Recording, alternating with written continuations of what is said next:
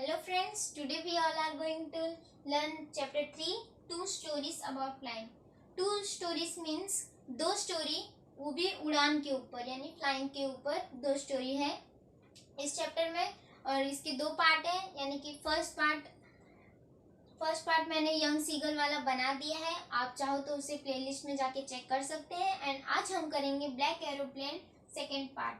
Black aeroplane, काला aeroplane, उसी के बारे में है। कैसा है ये एरोप्लेन, इससे कौन सी कहानी जुड़ी है। राइटर जो है, पहले तो लेसन ऑथर इंट्रोडक्शन लिखना ज़रूरी होता है, इसलिए आप इसे ज़रूर लिखना। और टीचर पे इम्प्रेशन पड़ता है जब आप लिखते हो ना, इतना अच्छे से इसको लाइन से लिखते हो लेसन ऑथर इंट्रोडक्शन, तो टीचर खुश हो जाती है। और कभी कभी तो टीचर मार्क्सेस भी ज़्यादा देने की चांसेस रहते हैं।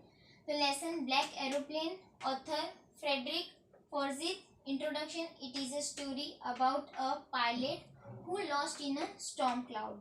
कैरेक्टर हमारे तीन आ जाएंगे, black aeroplane, writer, another aeroplane. Friends, ये चैप्टर एक राइटर है जिनका नाम है फ्रेडरिक फॉर्जिथ। इन्होंने, ये खुद एक पायलट हैं, ये एक पॉलिटिशियन है, नरेटर है एंड राइटर तो है ही। तो ये बताते हैं, ये अपनी स्टोरी बताते हैं जब ये एक पायलट बन के अपने फैमिली से मिलने जाते हैं। फ्रांस से इंग्लैंड ये अपने फैमिली से मिलने जाते हैं। इनकी जो फैमिली रहती है वो इंग्लैंड में रहती है। तो बहुत दिन के बाद ये जब मिलने जाते तो बताते हैं कि मैं एरोप्लेन से जाता हूँ, और उनके एरोप्लेन का नाम रहता है डैकोटा DS-088। ये नाम याद रखना है आपको, ये पूछे भी जाते हैं, MCQ, fill in the blanks ये सब में पूछे जाते हैं। तो ये जाते हैं, ये बताते हैं कि जब मैं जाता हूँ तो ईस्ट साइड में उनके जो एरोप्लेन है, उनके ईस्ट साइड में मून रहता है, यानी कि मून से क्या मतलब है, ये सीन रात का है। तो बताते हैं कि रात का समय रहता है, जो स्टार्स रहते हैं ट्विंकलिंग करते हैं, यानी ब्राइट, बहुत अच्छा लगता है जब वो शाइन करते हैं। और फिर वहाँ पे बहुत खुला जगह था और मुझे बहुत अच्छा लग रहा था, मैं बहुत खुश था कि मैं अपनी फैमिली से मिलने जा रहा हूँ और मैं अपनी फैमिली के बारे में ही सोच रहा था। फिर वो जब भी वो पेरिस से मीन्स वो फ्रांस से अपनी उड़ान भरते हैं, फिर वो रात के 1:30 बजे 1:30 क्लॉक वो पेरिस पहुंच जाते हैं। फिर उनके मन में ख्याल आता है कि अब 1:30 हो गया तो चलो मुझे पेरिस कंट्रोल को बता देना चाहिए। फ्रेंड्स, जब आप पायलट हो, यानी कि अगर आप एरोप्लेन कभी उड़ाते हो फ्यूचर में, तो आपको ये ख्याल रखना है, अगर एक प्लेस से दूसरे प्लेस पे जाते हैं तो जहाँ जाते हैं उसको बताना पड़ता है वहाँ के कंट्रोलर को कि मैं यहाँ से जा रहा हूँ। तो वो बताते हैं, इन्फॉर्म करना रहता है। तो बताते हैं, पेरिस कंट्रोल से रेडियो से कांटेक्ट करते हैं, Paris control Dakota DS-088 can you hear me. तो जो पेरिस कंट्रोल रहते हैं वहाँ से रिप्लाई में आंसर रहता है yes Dakota 088 we can hear you. फिर वो उनको बता देते, इन्फॉर्म कर देते, फिर अपनी जो कंटिन्यू रखते हैं, अपना जो उड़ान रहते हैं उनका जो जाते रहते हैं वो कंटिन्यू रखते हैं। और वो बताते हैं कि मैं बहुत खुश रहता हूँ, जो मेरे जो नीचे रहते हैं मैं गांव देखता हूँ, जो मतलब लाइट्स जली रहती है, कंट्री साइड, यानी कि जो विलेज में जो सीनरी नहीं रहता है उसी को कंट्री साइड बोलते हैं। तो बताते हैं कि मुझे बहुत अच्छा लगता है। लेकिन जब भी और टाइम बीतने के बाद एक स्टॉर्म क्लाउड आता है। यहाँ पे स्टॉर्म क्लाउड का मतलब है जो काले काले बड़े बड़े क्लाउड्स होते हैं और पहाड़ जैसे दिखते हैं, वो बहुत ही एकदम रफ होते हैं, बहुत कड़क होते हैं। तो वो ऐसा ब्लैक आ जाता है, तो वो टेंशन में आ जाते हैं कि अब मैं इसके अंदर जाऊं या ना जाऊं। तो एक आपने सुना ही होगा थॉट्स कि God helps those who helps themselves, यानी कि अगर आप अपनी खुद से हेल्प करने की सोचोगे तो भगवान भी आपकी मदद करेंगे। अगर आप कोशिश ही नहीं करोगे तो भगवान को क्या पड़ी आपकी मदद करने की। तो पहले तो आपको खुद से ट्राई करना रहता है, फिर भगवान हेल्प करते हैं। तो वही इनके पास एक ही रास्ता था, या तो ये उसके अंदर जाए, एंटर हो जाए, या फिर ये पूरा गोल घूम के जहाँ से गए थे वहाँ से स्टार्टिंग से पूरा गोल घूम के राउंड करके जाए। तो इन्होंने सोचा कि चलो रिस्क ले ही लेते हैं। फिर ये उसके अंदर एंटर हो जाते हैं, स्टॉर्म क्लाउड के अंदर। जब वो एंटर होते हैं तो वो देखते हैं कि उनका जो एरोप्लेन रहता। फ्रेंड्स, तो मैं आपसे पूछना चाहूंगी कि अगर आप राइटर की जगह होते तो आप क्या करते हैं? उनके पास फ्यूल भी नहीं था कि वो पूरा रिवर्स लेके फिर से जाए, और वो पेरिस से 150 किलोमीटर आगे आ गए थे। अगर वो फिर से रिटर्न लेते तो उनके पास 2 टैंकर थी फ्यूल की, उसमें से एक पहले से ही खाली हो गया था और दूसरा उन्होंने यूज में लिया था, लेकिन उनके पास फ्यूल की बहुत कमी थी, तो वो फिर से नहीं जा पाते। उनके पास एक ही चारा था। ऑब्वियसली जब एक ही चारा है तो उसमें तो जाना ही पड़ेगा, तो उनको एंटर होना ही पड़ा। फ्रेंड्स, आप क्या करते हो उस समय, मुझे कमेंट सेक्शन में जरूर लिख के बताना।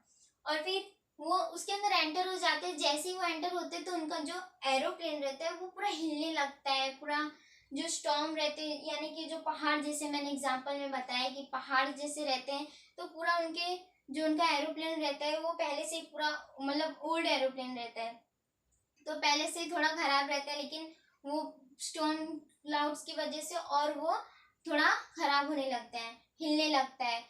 जब फिर वो अपने कंट्रोलर को सबको कि पेरिस कंट्रोल को रेडियो से बात करने की कोशिश करते तो रेडियो डेड रहता है। और फिर वो बताते कि आई डोंट बिलीवेबल, यानी कि उनको बिलीव नहीं हो रहा था कि वो जो कंपास था, जो नॉर्थ डायरेक्शन सब बताने वाला कंपास रहता है, वो बताते कि जो कंपास था पूरा गोल गोल गोल गोल घूमने लगा और वो भी डेड हो गया। जो मेरे सारे टूल्स थे वो भी डेड हो गए थे सब, कोई उनके पास कुछ चारा ही नहीं बचा था, पूरा डेड था, पूरा ब्लैक ब्लैक दिख रहा था। ये स्टॉर्म क्लाउड के अंदर जैसे ही वो गए पूरा ब्लैक ब्लैक दिख रहा था, और न ये ऊपर जा सकते थे, क्योंकि ऊपर जाते तो और स्टॉर्म क्लाउड्स रहते जिसकी वजह से ये भी डेड हो जाते। तो वो ऊपर भी नहीं जा सकते थे और नीचे भी नहीं जा सकते थे, उनको बीच में से ही निकलना था। अब उनके पास कोई रास्ता नहीं था, वो बहुत टेंशन में थे, और वो फिर से रिवर्स भी नहीं ले सकते थे क्योंकि उनके पास फ्यूल भी नहीं थी। फिर वो बताते हैं कि मैं बहुत टेंशन में था, फिर सडनली एक अचानक से एक दूसरा एरोप्लेन आया, और वो उसमें एक जो वो एरोप्लेन था वो मेरे बाजू में ही, मेरे साइड में ही वो भी उड़ रहा था। तो उसमें जो पायलट रहता है वो मेरे को हैंड रेस करके वो मुझे इशारे में बोल रहा था कि तुम मुझे फॉलो करो, मैं तुम्हें निकाल दूंगा यहाँ से। तो मुझे कुछ समझ में नहीं आ रहा था, बट मेरे पास भी यही एक रास्ता था ऑब्वियसली, अब मेरे पास एक ही रास्ता था तो मैं उसको ही चूज करता। तो मैं उसके पीछे पीछे जाने लग गया, और वो जो एरोप्लेन था उसके विंग्स में नो हेडलाइट्स नहीं थे, बट फिर भी वो एरोप्लेन मुझे दिखाई दे रहा था, इसकी वजह से मैं उसे फॉलो कर पाया। बाद में जब भी मैं तकरीबन 2-3 घंटे तक उसे फॉलो किया, उस एरोप्लेन को। उसके बाद जब वो जो एरोप्लेन था उसके जब मैं इंग्लैंड पहुंचने वाला था उसके 10-15 मिनट पहले मेरा फ्यूल पूरा लो हो चुका था, मेरे फ्यूल बहुत ही कम बचे थे, और मैं ज़्यादा से ज़्यादा 5-10 मिनट तक सफ़र कर सकता था, और मैं उसके आगे सफ़र ही नहीं कर सकता था। मैं फ्यूल लो था, मैं डेड होने के चांसेस भी थे मेरे, बट फिर भी मैंने उस एरोप्लेन को फॉलो किया, और कुछ देर बाद उसने मुझे निकाल दिया उस स्टॉर्म क्लाउड से। मैं निकल गया, मैं बहुत खुश हो गया कि मैं स्टॉर्म क्लाउड से निकल गया। और फिर मुझे पूरा जो इंग्लैंड था, मैं पहले तो पता लगाने की कोशिश किया कि मैं कहाँ पे हूँ, लेकिन मैं लाइटनिंग ये सब था तो मुझे बस इतना पता चल गया था कि हाँ मैं किसी एक प्लेस पे आ गया हूँ। मैं उस पूरा कि हाश में कि उधर उस स्टॉर्म क्लाउड से निकल गया, इसी बात की खुशी थी राइटर को।